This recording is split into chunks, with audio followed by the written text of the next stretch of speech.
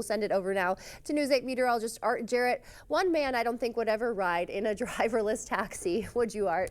I'm not sure if I have already. I don't recall. Maybe. No, I'd do it. Not a problem. I can give that trust over.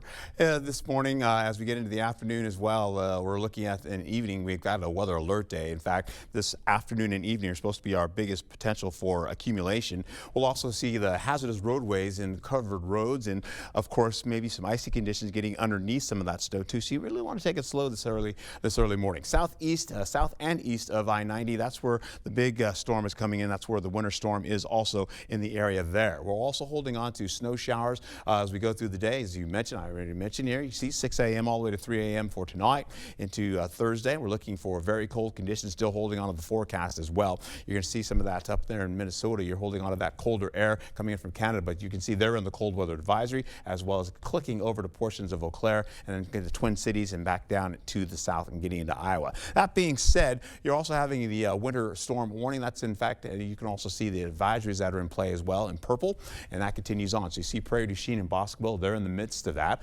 Also, you can see it along areas along Lake Michigan, getting up to Oshkosh and Beaver Dam, getting into Green Bay as well, just falling shy of that. We'll also hold on to this added moisture as you get into the central portion of the country, and that's also aiding to our snow, really picking up a little potential for that getting into our area. Now you can see that, but once we get closer, you're seeing most of that. This little portion right here from Wichita, that little portion there, that's got a little ice component to it. And then you can see as it gets closer, well, we're getting more of that ice and snow moving into our forecast this morning, with heavier snow possibilities heading towards Madison as well as portions of Bosqueville and then heading out of the area. We'll also go into it as we finish out, going into about the 10 o'clock hour. You're holding on to that snow working towards La Crosse.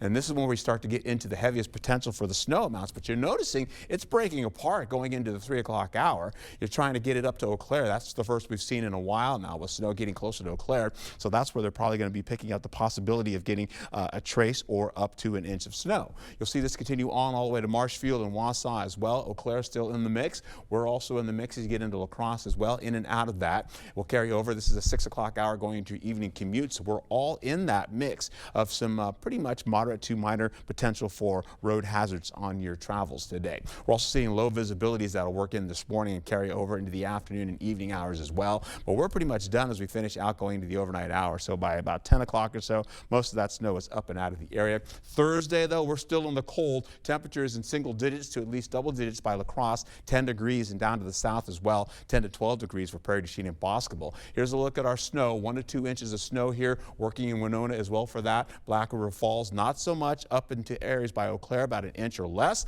As you get up to the north, you're seeing that more snow possibilities here.